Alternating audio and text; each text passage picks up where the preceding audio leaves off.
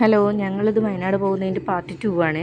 അപ്പോൾ ഞങ്ങളിതാ പോകുന്ന വഴിക്ക് വിശന്നപ്പോൾ ഞങ്ങൾ ഫുഡ് കഴിക്കാൻ വേണ്ടി ഒരു റെസ്റ്റോറൻറ്റിൽ കയറിയാണ്. ഇവിടെ ഞങ്ങൾ പോകുമ്പോൾ വലിയ തിരക്കൊന്നും ഉണ്ടായിരുന്നു. ഞങ്ങൾ പോയി ഇരുന്ന ശേഷം ഇഷ്ടംപോലെ തിരക്ക് വന്നിട്ടുണ്ടായിരുന്നു. ബാക്കിലെല്ലാം ആളുകൾ നിൽക്കുമായിരുന്നു. കാരണം ഇവിടുത്തെ റൈസ് അടിപൊളിയാണ്. ഞങ്ങൾ ചിക്കൻ ബിരിയാണി ഓർഡർ ചെയ്തത്. അപ്പോൾ അതിന് 2 പീസ് കറി വെച്ചതും ഉണ്ടായിരുന്നു, പിന്നെ ഒരു പൊരിച്ചൊരു പീസും ഉണ്ടായിരുന്നു. മോനൊക്കെ കഴിക്കുന്നത് നല്ല റൈസും ആയിരുന്നു, അടിപൊളി ടേസ്റ്റ് ആയിരുന്നു.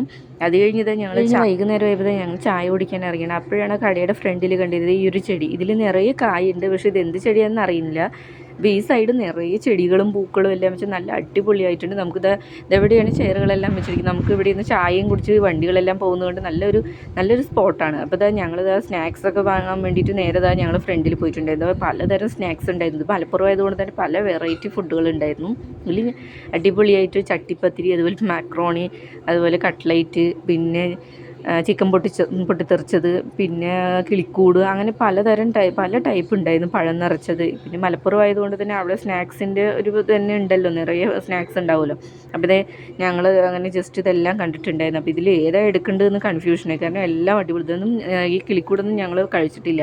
അപ്പോൾ എന്താ എടുക്കേണ്ടതെന്നൊരു കൺഫ്യൂഷനിൽ അങ്ങനെ ഇരുന്നു. അങ്ങനെ ഞാനിതാ ഒരു കല്ലുമ്മക്കായി വാങ്ങിച്ചിട്ടുണ്ടായിരുന്നു. മോൾക്കൊരു കിളിക്കൂടി വേണം പറഞ്ഞിട്ട് ഒരു കിളിക്കൂടും വാങ്ങിച്ചു.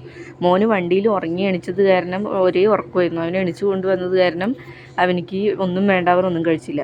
അത് കഴിഞ്ഞ് ഞങ്ങൾ പോകുന്ന വഴിക്കാണ് പുലിവേഷം. ഇത് വന്നിട്ട് അവിടെ സ്കൂളിൽ കലോത്സവത്തിന് ഫസ്റ്റ് എന്താ കിട്ടിയതിൻ്റെ അവർ ഇതുപോലെ റാലി നടത്തിയിരിക്കുകയായിരുന്നു.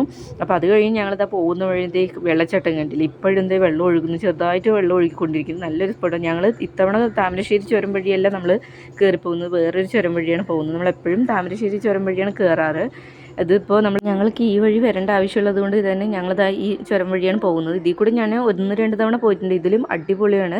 അപ്പോൾ ഇതിൻ്റെ പാർട്ടി ഇനിയും വരാനുണ്ട്. അപ്പോൾ ഞങ്ങളെല്ലാവരും സപ്പോർട്ട് ചെയ്യണേ. അപ്പോൾ ഇതിൻ്റെ ബാക്കി പാർട്ടായിട്ട് നമുക്ക് നാളെ വരാം. Tata, bye bye, see U.